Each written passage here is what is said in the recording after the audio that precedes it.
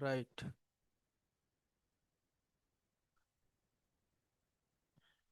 බී කොටසේ ප්‍රශ්න පහ සාකච්ඡා කරන්න යන්නේ. පළවෙනි ප්‍රශ්නේ භාග.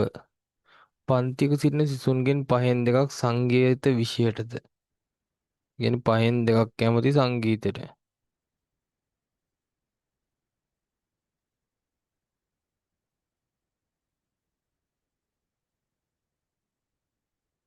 සංගීතය. පහෙන් දෙකක් සංගීත විෂයටද. ඉතිරි සිසුන්ගෙන් තුනෙන් එකක්. කියන්නේ පහෙන් තුනක්. පහෙන් තුනෙන් එකක්. එහෙමනේ යන්න ඕනේ මතකද? මේ තුනෙන් එක කියන්නේ බොරු භාගයක් මේ. ඉතිරියෙන් කියලා තිබ්බනේ. ඉතිරි සිසුන්ගෙන් තුනෙන් එකක් නැටුම්. තුන් නැටුම් වල ඇත්ත භාග අපිට හොයාගන්න වෙයි. නැටුම්. විෂය තෝරාගත් අතර ඉතිරි සිසුන් සියලු දෙනාම නාට්‍ය හා රංග කලා තෝරගත්තා. ඉතුරු ඔක්කොම නාට්‍ය හා රංග කලා. නාට්‍ය. රයිට්. නාට්‍ය හා රංග කලා වාගේ අපිට හොයාගන්න වෙනවා. ඉතින් මේ දෙන්න මුලින්ම හොයාගෙන සෝරි මේ දෙන්න එකතු කරලා ඉතුරු ටික හොයන්න තියෙන්නේ. හරි. පළවෙනි ප්‍රශ්නේ මොකක්ද අහන්නේ? සංගීතය හැර වෙනත් විෂයන් තෝරාගත් සිසුන් සංඛ්‍යාව මුළු සිසුන්ගෙන් භාගයක ලෙස දක්වන්න. සංගීතය හැර ඉතුරු ඔක්කොම කියන්නේ සංගීතයට පහෙන් දෙකයිනේ. එහෙනම් මුළු ප්‍රමාණය පහෙන් පහයි. පහෙන් දෙකක් අඩු ගන්න තියෙන්නේ. පහෙන් තුනයි. රෝමි ඉලක්කම් දෙක. නැටුම් විෂය තෝරාගත් ප්‍රමාණය මුළු සිසුන්ගෙන් කවර භාගයක්ද? නැටුම් කරලා තියෙන සංගීතය කරාට පස්සේ ඉතුරු වෙන ටිකෙන් තුනෙන් එකක්. සංගීතය පහෙන් දෙකයි නේ උගේ ඉතුරු ටික පහෙන් තුනයි. පහෙන් තුනෙන් එකක්. පහෙන් තුනෙන්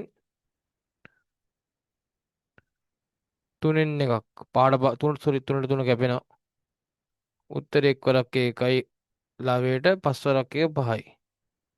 පහෙන් එකයි.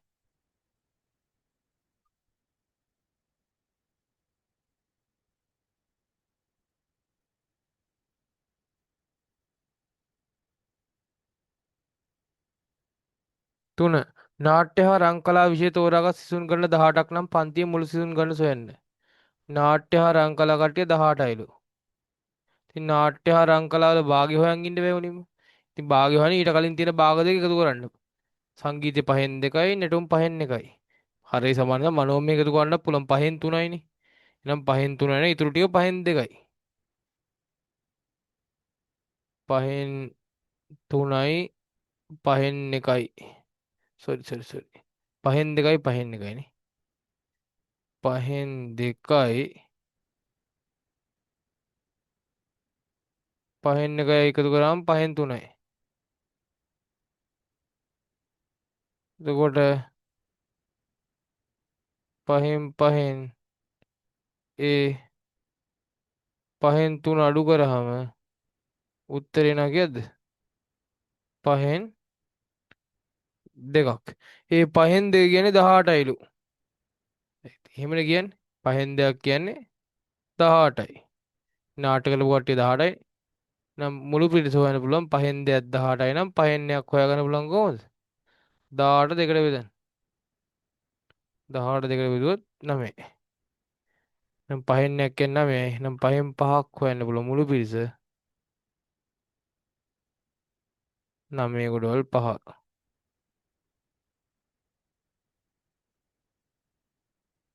45යි. හතරවෙනි ප්‍රශ්නේ සංගීත විෂය තෝරාගත් සිසුන්ගෙන් දෙකෙන් එකක් ගැහැණු ළමයි නම් එම සංඛ්‍යාව මුළු සිසුන්ගෙන් ප්‍රතිශතයක් ලෙස දක්වන්න. සංගීතයේ විෂය තෝරාගත් සිසුන්ගෙන් දෙකෙන් එක කියන්නේ භාගෙන්. සංගීතයේ විෂය තෝරාගත් සිසුන්ගෙන් දෙකෙන් එකක් ගැහැණු ළමයි නම් එම සංඛ්‍යාව කියන්නේ ගැහැණු ළමයි සංඛ්‍යාව මුළු සිසුන්ගෙන් ප්‍රතිශතයක්. මුලින්ම අපි හොයමු සංගීතය හදාරන කට්ටියකින් දෙකෙන් යන්නේ ගැහැණු ළමයි. සංගීතය හදාරන කට්ටිය සංගීතය වල භාගය කීයද? පහෙන් දෙකයි. දැන් අපි හොයාගත්තා පහෙන් එකක් කියන්නේ 9යි කියලා. පහෙන් දෙකක් කියන්නේ කොහොමද 18යි? පහෙන් දෙක වටිනාකම 18යි. කියන්නේ සංගීතය හදාරන්නේ උන් 18ක් ඉන්නවා. එහෙනම් ඒ 18න් දෙකෙන් එකක් නේද? ඒ සංගීත විෂය තෝරාගත් සිසුන්ගෙන් අපි දැන් දන්නවා සංගීත තෝරාගත් කට්ටිය පහෙන් දෙයක් හිටිය කියලා උඩ දීලා තියෙනවා. එහෙනම් පහෙන් එකක් කියන්නේ 9 නම් පහෙන් දෙයක් කියන්නේ කොහොමද උඩක් දීලා තියෙන පහෙන් දෙයක් කියන්නේ 18යි. එහෙනම් සංගීත තෝරාගත් කට්ටිය 18ක් ඉන්නවා. සංගීත විෂය තෝරාගත් සිසුන්ගෙන් දෙකෙන් නෑ දෙකෙන් එක කියන්නේ භාගයක් හරියටක්. කියන්නේ 9යි. 9ක් ගැහැණුලු. කියන්නේ සංගීත හදාරන ගෑනු කට්ටිය 9යි නම් එම සංඛ්‍යාව මුළු සිසුන්ගෙන් ප්‍රතිශතයක් විදිහට ලියන කියලා කියන්නේ. රයිට්.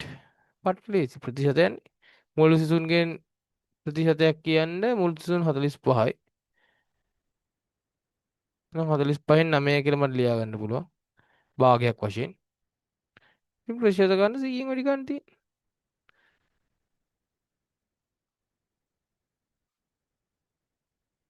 මේ දෙන්න 9න් කැපෙනවා 9 1යි 9 5යි. 5යි 100යි කැපෙනවා 5න් 5 1යි 5 20යි. උත්තරේ 20 වරක් එක 20යි.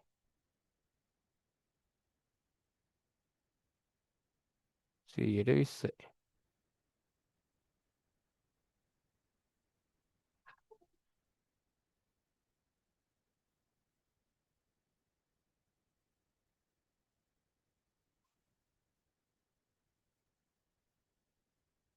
වර්ගඵල ගාන ඍජු කෝණාශ්‍රාකාර බිම් කොටසකින් හා අර්ධ වෘත්තාකාර පොකුණකින් සමන්විත ගෙවත්තක් රූප සටහනේ දැක්වේ. අර්ධ වෘත්තේ පොකුණක් තියෙන අරකේ ගෙවත්ත. රයිට්. පොකුණේ අරේ කීයද කියලා අහන. පොකුණ කියන්නේ අර්ධ වෘත්තේ අරේ කියන්නේ වෘත්තයක් නෙමෙයි තියෙන්නේ. හරි මැද මෙතන. එතන මේකනේ අරේ කියන්නේ. මේ දෙන්න සමාන වෙන්න ඕනේ. එතන මේක 14යි නම් මේක 7 7 එන්න ඕනේ. අරේ 7යි මීටර. ඒක ඉතින් දැක්කහම පේන්න ඕනේ. අරේ 7යි මීටර්ස්.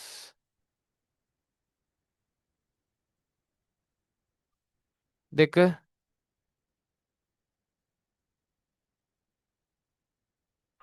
පොකුණේ පරිමිතිය පොකුණ කියන්නේ මේක පොකුණේ පරිමිතිය අහන්නේ පොකුණේ පරිමිතිය කියන්නේ පොකුණේ වටේ දිග චාප දිග හොයාගන්න වෙනවා පට්ටලේසි වැඩේ මේ චාප දිග හොයන් 2πr 300 ට දාලා ඒකට මෙන්න මේ 14 එකතු කරන්න ඒතර උත්තරේ එනවා චාප දිග වෙන සූත්‍රය 2πr 300 ට 2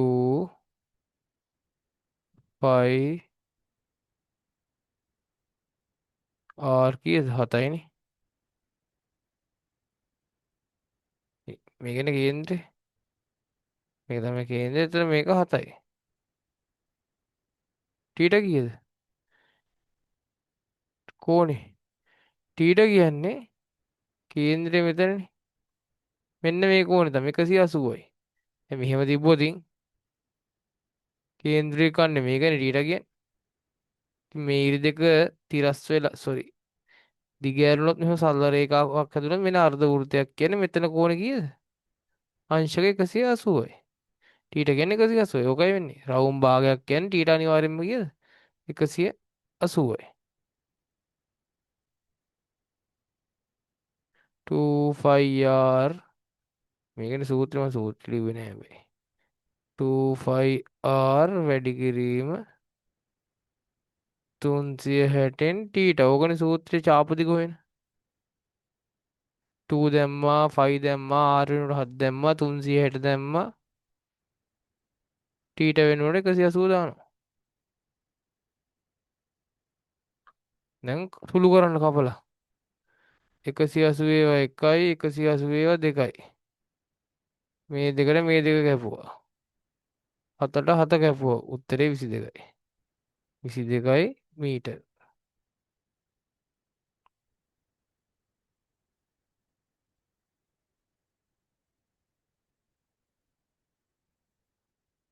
ගෙවත්ත ගෙවත්ත ගැන මුළු රූපේ ඇයි මේක මොකද්ද මේ බිම් කොටස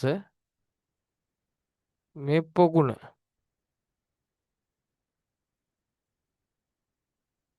සම්පූර්ණ ගෙවත්ත පොකුණේ අරය ඇහුවා පොකුණේ පරිමිතිය ඇහුවා ගෙවත්තේ වර්ගඵලය ගෙවත්තේ වර්ගඵලය කියන්නේ ඍජු කෝණාශ්‍රයේ වර්ගඵලයයි පොකුණේ වර්ගඵලය දෙකේම එකතුව. ඍජු කෝණාශ්‍රය නම් හොයන දිග වැඩි කිරීම පල්ල 20 වැඩි කිරීම 14. මේ පොකුණේ රවුම් භාගයක්නේ ඡාපයක් කේන්ද්‍රික ගන්නනේ ෆයි ආර් වර්ගයේ 3 සෙන්ටි ඊට දෙකම දාලා උත්තර ගන්න වෙනවා. මුලින්ම මම මේක යන පොකුණේ හොයන්න. පොකුණේ හොයාගන්න ටිකක් වෙලා යනවනේ. සූත්‍රය ෆයි ආර් වර්ගය 360න් ටීට ඕගනේ සූත්‍රේ. මං ඉස්සරෙන් ආදේශ කරන්නම්. පල්ලෙහාට හදන්න ඉඩ මදි හින්දා. ෆයි ආර් 7 වැඩි 7 වැඩි 360න් ටීට 180යි. ඔහොමනේ. දැන් කපමුද? 7කට 7ක් කැපුණා. 181යි 182යි. මේ දෙකට මෙතන 11යි කියලා කැපුණා. උත්තරේ 11 වරක් 7 77යි. 77යි M2. හැබැයි මේ උත්තරේ නෙමෙයි මේ උත්තරෙන් කොටසක්. මේකේ වර්ගඵලය 77 ආවේ. මේකේ වර්ගඵලය හොයන්න 20 වරක් 14.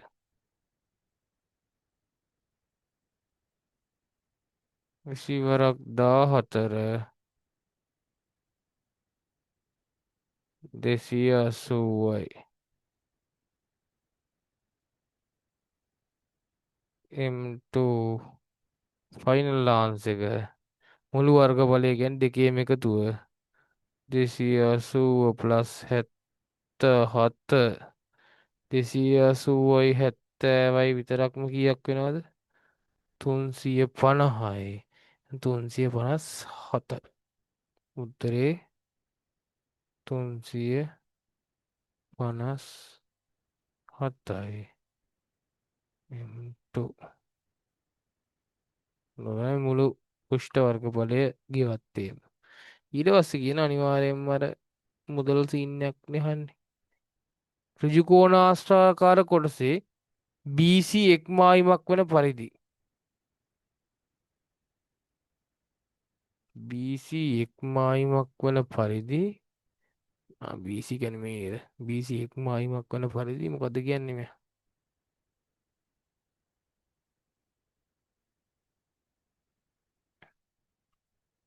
හදාගමු ටික. ඍජු කෝණාශ්‍රාකාර කොටසේ BC එක්මායිමක් වන පරිදි 3 මීටර් පළල ඍජු කෝණාශ්‍රාකාර කොටසක කොන්ක්‍රීට් ගල් ඇතිරීමට තීරණය කරයි. ඒ සඳහා වර්ග මීටරයකට රුපියල් 1800ක් වැය වේ නම් වැය වෙන මුළු මුදල. ඒ කියන්නේ BC එක්මායිමක් වෙන්නත් ඕනලු. ඒ කියන්නේ මෙහෙම ඉරක්. ඒකේ ඍජු කෝණාශ්‍රය මේක මායිමක්. මේක 3 මීටර පළල වෙන්නත් ඕනේ මේ විදිහට එක. එහෙම ගන්න එක 3 මීටර. යන වියදම අහන්නේ. එක වර්ග මීටරයකට රුපියල් 1800ක් යනවා. ඉතින් වර්ග මීටර කීයක් තියෙනවද කියලා හොයාගමු. මෙන්න මේකේ වර්ග මීටර ගන්න. ඉතින් දිග වැඩි කිරීම බලන්නේ වර්ග මීටර හොයන්නේ වර්ග බලන්නේ වර්ග මීටර කියන්නේ. ටික 14 14 3ක්. 14 3ක් කීයද? 10 3ක් 30යි 4 3 42යි. 42යි M2. එහෙනම් එක වර්ග ඵලයේ එක වර්ග මීටරයකට රුපියල් 1800ක් යන මුළු මුදල අහන්නේ. 42 වැඩි කරන්න වෙන එක වර්ග මීටරයක් රුපියල් 1800නේ. 42 1800න් වැඩි කරන්න. උත්තරේට එනවා රුපියල් 0.2කට දැම්මා.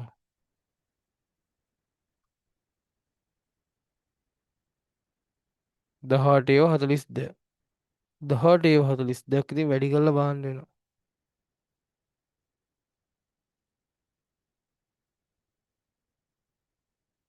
856. 700 මවුස් එක පොඩ්ඩක් හරි නෑ. 850 හය රුපියල් 75600ක් වියදම් වෙනවා. රයිට්. ඉගෙන ගන්න ඍජුකෝණාශ්‍රාකාර කොටසේ BC එක්ම ආයිමක් වන පරිදි 3 මීටර පළල ඍජුකෝණාශ්‍රාකාර කොටසක කොන්ක්‍රීට් ඇල්ලි ගල් ඇතිරීමට තීරණය කරයි.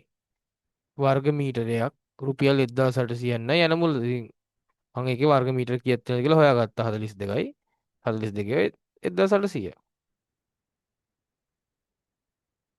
ආයෙ මතක් කරන්නම් පොකුණේ අරය 7යි 14 දෙකට බෙදුවා. පරිමිතිය කියන්නේ චාප දිග හිව්වා 25R 300 ට දාලා ඒකට ඕ ඒකේ උත්තරේ අලුවත් හොඳ වෙලාවට බැලුවේ. පොකුණේ පරිමිතියට උත්තරේ 22කට එකතු කරන්න ඕන කීයක්ද? 14ක් එකතු වෙන්න ඕනේ. ඒක වාසනාවට බැලුවනේ. 32යි 36යි 36යි මීටර්. ඊට පස්සේ ගෙවත්තේ වර්ගඵලය හොයන්න.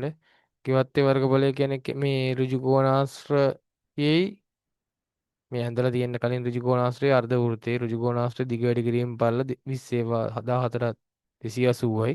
අරගේ 5R වර්ගය 300 ට දාපුවාම 4 7 ගියා. එතන 1 2යි 2යි 11යි 11 4ක් 77යි. 77යි 280 එකතු කරාම කී දෙන්නේ 357ක්. ඊට පස්සේ මේක මට අවස්ථාර ගන්න අනිවාර්යෙන් වෙනවනේ. නේවාසිකාගාර සිටින සිසුන් පිරිසකින් රාත්‍රී ආහාරයට කැමැති ආහාර වර්ග පිළිබඳ ලද විමසීමෙන් ලබාගත් තොරතුරු දිගදී වටපස්තරේ දැක්වේ. කොත්තු ආහාරයට ගැනීමට කැමැති සිසුන් ගන්න පැස්ටා ආහාරයට ගැනීමට කැමති සිසුන් ගන්න මෙන් දෙගුණයකි. කොත්තු කණ්ඩ කැමති කට්ටිය පැස්ට කණ්ඩ කැමති කට්ටිය වගේ දෙගුණයක්. කොත්තු ආහාරයට ගැනීමට කැමති සිසුන් ගණන. කියන මෙතනට ඉන්න සිසුන් ගණන. පැස්ට ආහාරයට ගැනීමට කැමති සිසුන් ගණන මෙන් දෙගුණයකි. පැස්ට කණ්ඩ කැමතිවුන් වගේ දෙගුණයක් කියන පැස්ට 40යි නම් මෙතන 80 දෙනෙක් ඉන්නවා. ඒ කියන්නේ එතන බලපෑම ඇති වෙන්නේ කෝණෙට. මෙතන කෝණේ x නම් මෙතන කෝණේ 2යි x වෙන්න ඕනේ. ඔය දෙගුණ කතා බලපන්නේ කෝණෙට. රයිට්. රෝමිලක්කං 1 නූඩල්ස් ආහාරයට ගැනීමට කැමති සිසුන් ගන්නට අදාළ කේන්ද්‍රික කෝණය කීයද? අංශක 90යි. ඉතින් ලියන්න දෙයක්වත් නැහැ. ඉතින් පේන්නම තියෙන 90යි කියලා කොටුවක් දාලා තියෙන්නේ. රෝමිලක්කං 2 නූඩල්ස් සඳහා කැමති සිසුන් ගන්න 18යි. කියන්නේ අංශක 90කින් 18ක් නිරූපණය වෙනවා නම් නේවාසිකාගාරේන මුළු සිසුන් ගන්න.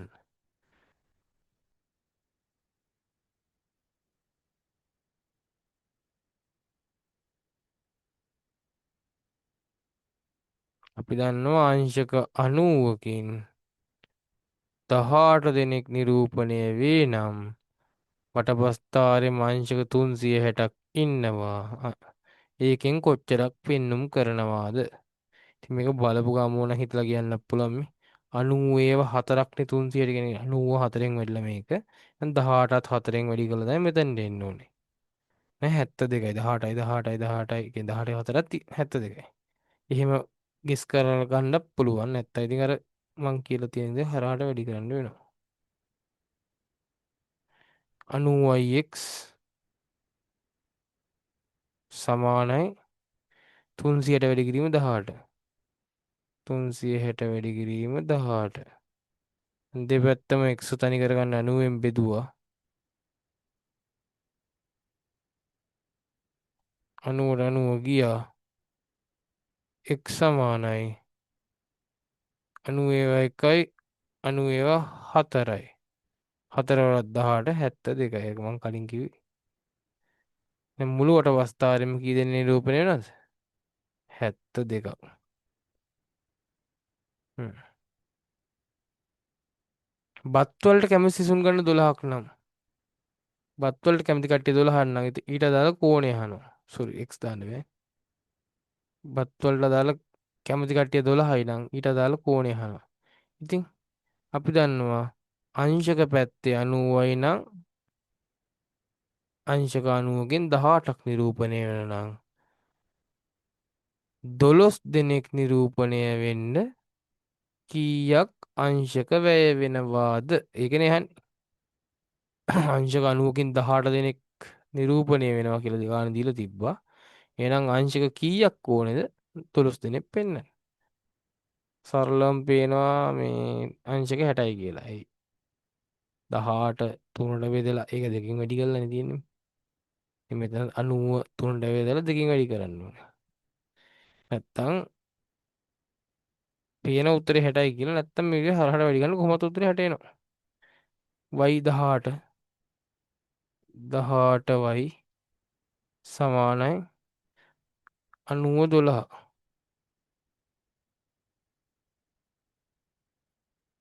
දෙපැත්තම 18න් ඩිවයිඩ් කරලා බෙදුවා.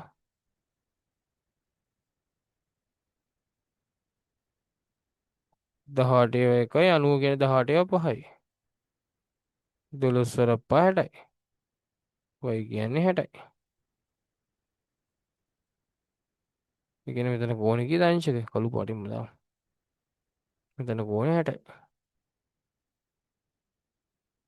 දැන් මට මේ කෝණ දෙක ඕන හොයන්න පුළුවන්. ඒ ලක්ෂයක් වටා කෝණ දෙක 360යි. 360න් අරක 90යි මේකට 90 60 කියන්නේ 150යි. 360 150ක් කියම 210යි. එහෙනම් මේ දෙන්න එක x ගේ 2යි x ගේ එකතුව 210ක් වෙන්න ඕනේ. බලමු අහලා තින්නේ මොකද කියලා.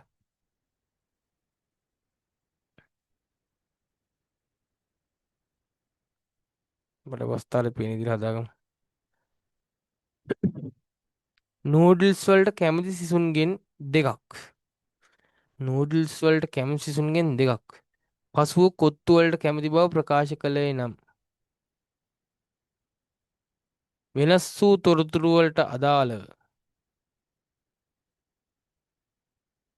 අඳිනු ලබන නව වටපස්ථාරේ කොත්තු වලට අදාළ කේන්ද්‍රික කෝණය කොපමණද? කොත්තු වලට අදාළ කේන්ද්‍රික කෝණය කොපමණද? හරි. කොත්තු වලට දෙන්නෙක් යනවා කියන්නේ කොත්තු වල මේ අවස්ථාවේ තියෙන කෝණය වැඩි වෙන්න මුලින්ම මේ අවස්ථාවේ තියෙන කෝණෙවත් දැනන් ඉන්නේ නෑනේ. මුලින් මේක හොයමු. මේ 2x x එකතුව 210ක් වෙන්න ඕනේ. එහෙනම් 210 3ෙන් බෙදන්න වෙලානේ. ඇයි? x ගේ 2x ගේ එකතුවටනේ සමාන වෙන්නේ. මේ දෙන්න එකතුවෙන් 210 නේ. මේ දෙන්න 150 90 60 150යි 300 150ක් ගියම 210යි. 2x x 210 කියන්නේ 3x. එන්නේ x හොයන්න පුළුවන් කොහොමද? 210 3ෙන් බෙදන්න.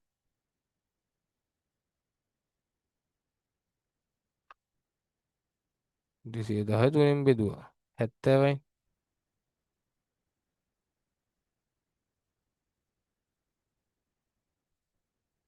කියන්නේ මෙතන කෝණේ 70 x කියන්නේ 70යි. නරක 140.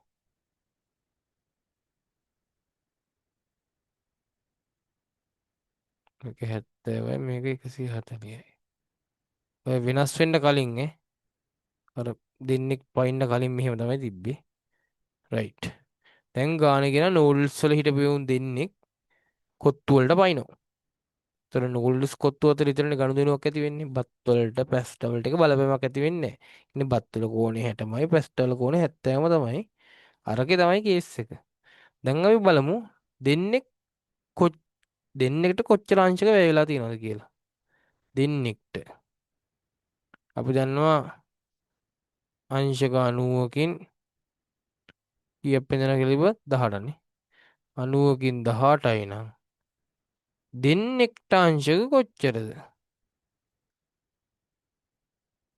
18 9න් බෙදුනොත් නේ දෙක වෙන්නේ. එහෙනම් 90ත් 9න් බෙදුනොත් 10යි. එන x කියන්නේ 10යි. එහෙම x හොයන්න පුළුවන් නැත්නම් හරහට වැඩි කරලා බලන්න. මේ විදිහට 18යි x x වැඩි කිරීම 18 කියන්නේ 18යි x සමානයි 90 වැඩි කිරීම දෙක කියන්නේ 180යි. දෙපැත්තම 18න් බෙදන්න. එතකොට උත්තරේ එනවා. ඉතින් ලේසිනේ. x කියන්නේ 10යි. කියන්නේ ළමයි දෙන්නෙක්ට අංශ කීයක් තියෙනවද? 10යි. ඒ කියන්නේ දැන් ගානේ කියන්නේ නූඩල්ස් කනේ උන් දෙන්නෙක් මේකට එනවා කියන්නේ. නූඩල්ස් කෝණේ අංශක 10කින් අඩු වෙනවා 80ක් වෙනවා. කොත්තු කෝණේ 140 150 වෙනවා. ප්‍රශ්නේ අහන්නේ කොත්තු වලට දාලා කෝණේ අංශක 150යි. තිබ්බ 40ට 10ක් දෙන්නෙක් කෙනා කියන අංශක 10ක් වැඩි වෙනවනේ. අපි හවත් දෙන්නෙක්ට දාලා අංශක 10ක් තියෙනවා කියලා. රයිට්.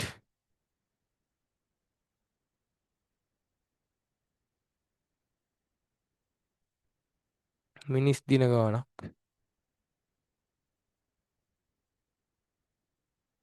මිනිසුන් 15කට දින 10කදී එක්තරා වැඩක් නිම කළ හැක. කියන්නේ වැඩි සයිස් එක 15 වරක්දා 150යි මිනිස් දින. දින 4ක් වැඩ කළ පසු මිනිසුන් 6 දෙනෙකු අසනීප විය. 4ක් හැබැයි අර 15 දෙනාම දවස් 4ක් වැඩ කරයි.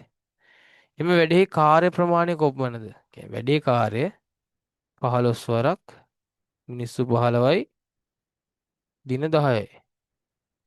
මිනිස් දින 150යි.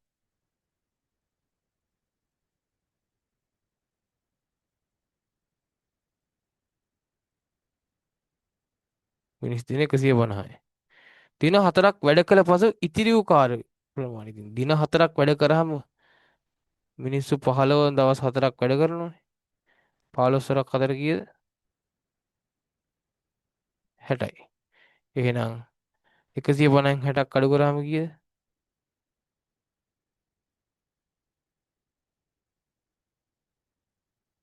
90නේ. ඉතුරු වෙනවා 90ක්. මිනිස් දින. මිනිස් දින 90ක් ඉතුරු වෙනවේ. ඇයි? දවස් 4ක් 15 දෙනා වැඩ කරනවානේ. ඊට පස්සේනේ අසනීප වෙන්නේ. දැන් දවස් 4 ඇතුළතදී වැඩ 60ක් කරලා තියෙනවා නේ. ඉතුරු ටිකනේ අහලා තියෙන ප්‍රශ්නේ. දින 4ට වැඩ කළා පස්සේ ඉතිරි කාර්ය කියන්නේ 150ක් ලෝඩ් එක 150න් 60 අඩු කරා. 3. ඉතිරි වූ කාර්ය ප්‍රමාණය නිම කිරීමට ඉතිරි මිනිසුන්ට තව වැඩිපුර දින කීයක් ගත වේද? අපි ප්ලෑන් කරේ දවස් 10කට ඉවර ගන්නනේ. 15 දෙනා වැඩ කරොත් තමයි දවස් 10ට ඉවර ගන්න පුළුවන්. හැබැයි මාර සීන් එකක් වෙලා ඒ 15 දෙනාගෙන් දැන් ඉන්නේ 9 දෙනා. ඒ 6 දෙනෙක් අසනීප වුණානේ. ඒ 9 දෙනාට ඉතින් ඕනෙකට තේරෙනවා වැඩ කරන්න හින කියන්නේ ප්ලෑන් කරපු කාලයට වැඩිය වැඩිපුර දින ගණක් යනවා කියලා. ඒ වැඩිපුර දින ගණන් අපි හොයමු. අපිට තව 90ක් වැඩි ඉතුරුයි. ඒ 90 කරන්න මිනිස්සු ඉන්නේ අපිට 9යි. ඒ සඳහා ගත වන දින ගාන අපි හොයාගමු. දින දන්නේ නැහැ. මගේට වයි කියලා ගන්නම්. දින ගාන. මිනිස්සු දිනයි වැඩ කරාම උත්තරේ එන්න ඕනේ 90ක්. එයි තව අපිට 90ක් වැඩි ඉතුරුයිනේ. ඒ 90 ගන්න හැම 9 දෙනා ඉන්නේ. 9 වරක් දින කීයක් යනවද? ඕනෙට වෙන දින 10යි. දින 10 කියන්නේ කියන්නේ වයි කියන්නේ 10. කියන්නේ දින 10ක් යනවනේ. ඒ කියන්නේ ඔයාලට දැන් තේරෙනවා මේ වැඩේ කරන්න මේ වෙද්දිත් දින ගිහිල්ලා තියෙනවා 14ක්. හේතුව කලින්ම දවස් 4ක් කොහොමත් වැඩ කරානේ. මේ මුල් දවස් 4ක් වැඩ කරාට පස්සේ අසනීපුනේ. දවස් 4ක් වැඩ කරා. ඊට පස්සේ තව දවස් 6කින් ඉවර කරන්න තිබ්බ වැඩේ අඩු වෙච්ච හින්දා තව දවස් 10කට ඇදෙනවා. ඉතින් ඔයා හොයාගන්න වයි කියන්නේ 10 කියලා අපු වෙනවනේ. 9 වරක් 10නේ 90 වෙන්නේ. ඒ කියන්නේ ටෝටල් වැඩේ දින 4යි. දැන් 10 14යි. එහෙනම් වැඩිපුර දින කීයක් ගියාද? 4යි. වැඩිපුර දින 4යි. 14ක් යනවා. හැබැයි අපි ප්ලෑන් කරේ 10ට කරන්න.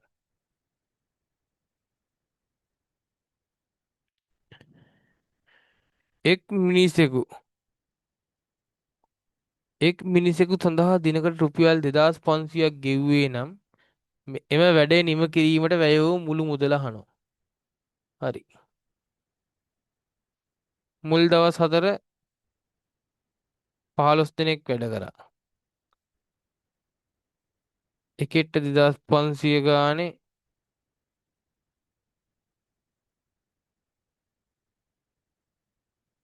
15 දිනකට දින 4ක් ගෙවුවා මුලින්ම. එහෙනම් මුල් දින 4 කාල සීමාව තුළ ගිය වියදම 2500 15න් වැඩි කරන්න ඕනේ. එතකොට එක දවසක 15 දෙනා නම් පඩියනවා. ඒ වගේ දවස් 4ක් වැඩ කරා. ඒ කියන්නේ 2504ක් 10000යි. 2504ක් 10000යිනේ. 10000 15ක් කීයද? රුපියල් 1,50,000ක්. ගියා මුල් දවස් 4ට විතරක් බාස්කුලේ. ඊට පස්සේ දෙවෙනි දවස් 10ට තව දින 10ක් වැඩ කරායි අපි. හොයාගත්තේ. ඒ 9 දෙනානේ ඉන්නේ. එකෙක්ට 2500 ගානේ 9 දෙනෙක්ට.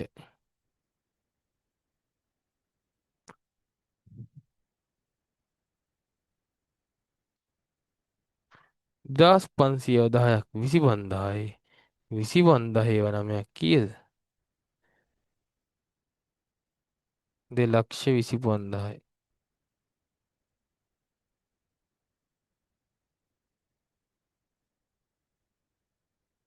25000 10ක් 2,50,000යි. ඒකෙන් 25000 ගියම 2,25,000. 2,50,000න් 25000 ගියම 2,25,000යි. ඔය දෙක එකතු කරාම යන මුළු වියදම එනවා. රුපියල් 5යි 7යි 3යි. 375යි බින්දු 3ක් රුපියල් ගිහිල්ලා තියෙනවා. 3,75,000.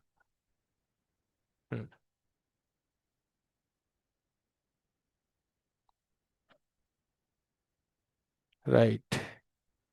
අන්තිමේ කුලක සර්වත්‍ර කුලකයේ දීලා දෙන 1 සිට 10 තෙක් තියෙන ටික ඒ කුලකයේ තියෙන 1ත් 10ත් අතර ප්‍රථම සංඛ්‍යා. ඊට අයිති වෙන්නේ මොනවද? 2 3 5 7. B කියන්නේ 8ෙහි සාධක. 8ේ සාධක මොනවද? 8 විතරයිනේ.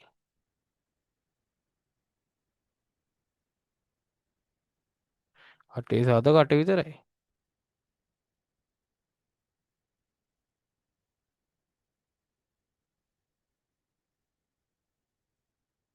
එකක් 10ත් අතර ප්‍රථම සංඛ්‍යා 2 3 5 7. 1 2 3 4 5 6 7 8 9 10 දී 8ෙහි සාධක කියන්නේ මේ රේන්ජ් එක ඇතුළේ දෙනියන්න ඕනේ. ඇයි ඒ B කියන උපකුලකනේ මේක සාරවත්‍ර කුලකේ පැටවුනේ. ඉතින් 8ේ සාධක කියලා 8 16 24 ලියන්න පුළුවන්. ඉතින් මේ සෙට් එකේ ඒව නැහැ නේ. 8 විතරනේ තියෙන්නේ. 8 ලිව්වා. ඇයි B කියන්නේ මේ සාරවත්‍ර කුලකයේ පැටියෙක් වෙන්න මොකද? ලොකු එකාගේ ඇතුළේනේ රවුම තියෙන්නේ. එන එහා B ලයිස්තුගත කරන්න කරා. ඉහත තොරතුරු දියදී වෙන් රූප සටහන ඇතුළත් කරන්න. පොදු අවයව නැහැ ඉතින්. අන්න රවුන්ඩ් එක මෙහෙම ලියන්න බෑ. ඈඩ් කරලා ලියන්න වෙන්නේ. කැපෙන්න අදින්න ඕනෙත් නැහැ. ඉඳලා තියෙන දාමු. 2 3 5 7 9කට.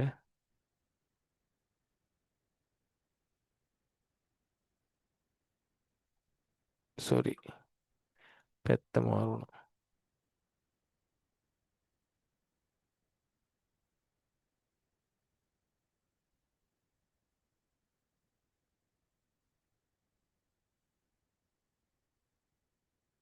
පීට විතරක් කටනේ.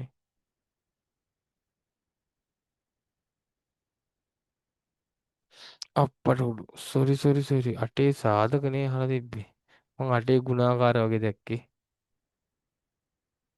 සෝරි. 8 සාධක අහලා තිබ්බේ. මං 8 ගුණාකාර කියලා දැක්කේ. Extremely sorry. 8 සාධක මොනවද? එක්වරක් කට 8යි. දෙවරක් 4 8යි.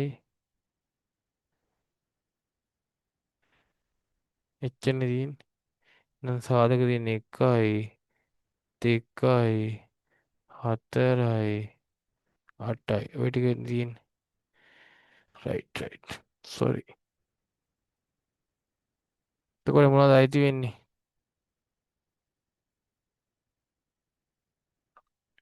පොදු අවයව දෙක තියෙනවා. තව එක නෑ දෙක තිබ්බා 3 4 නෑ 8 නෑ. එහෙනම් දෙක ගියම 3 5 7 3 5 7 මේකට B ටෙන් දෙක ගියම 1 4 8 කොටු ඇතුලේ තියෙනවනේ 1 ඉඳන් 10 වෙනකන්. 1 ඇතුලේ, 2 ඇතුලේ, 3 ඇතුලේ, 4 ඇතුලේ, 5 ඇතුලේ, 6 නෑ. 7 ඇතුලේ, 8 ඇතුලේ, 9 නෑ. 10. ඕම තමයි එන්න ඕනේ. A ඩෑෂ් ඡේදනයේ B කියන්නේ B ගේ හඳ බලුව. A ඩෑෂ් මම ඒවා කියලා තියෙනවා. A ඩෑෂ් කියන්නේ එහෙම ඩෑෂ් එකකුයි තවත් එකකයි ඡේදනයේ තිබ්බොත් ඒ දීලා තියෙන තවත් එක කියන්නේ දැන් මෙතන B නේ. B ගේ හඳ බලුව. B ගේ හඳ බලුව කියන්නේ 1 4 7 1 4 8. පෙදිස අඳුරු කරන්න කියලා කියන්නේ.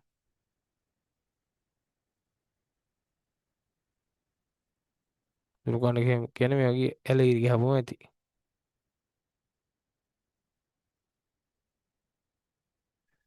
පහත කුලකේ ලියා දක්වන්න.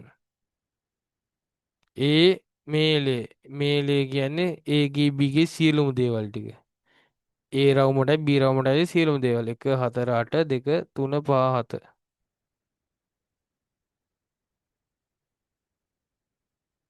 A මේලේ B සමානයි 2 3 5 7 2 3 5 7 ඊට අමතරව 1 2 1 4 8ක් තියෙනවා.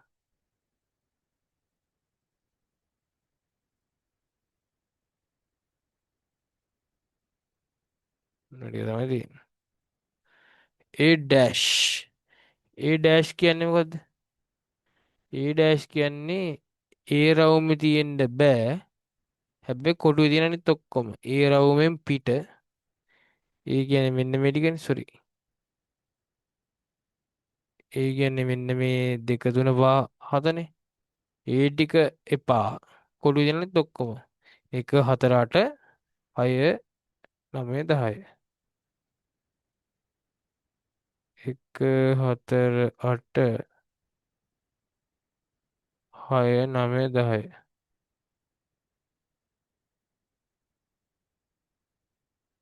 1 4 8 6 9 10. උතර ඒ රවුමෙන් පිට ඔක්කොම ටික එනවා. ඩෑෂ් කියන්නේ ඒක ඩෑෂ් කියන්නේ ඔය කියන එක්කෙනාට අතවත් තියන තක පිට ඔක්කොම. ඒ ඊමේලේ බී ගේ ඩෑෂ් නේ ඊමේලේ බී මං කලින් ලිව්වා. ඊමේලේ කියන්නේ මේ රවුම් දෙක අස්සේ තියෙන ඔක්කොම ටික නේ. උගේ ඩෑෂ් කියන්නේ රවුම් වලින් පිට කොටුවේ තියෙන අනිත් ඔක්කොම. 6 9 10.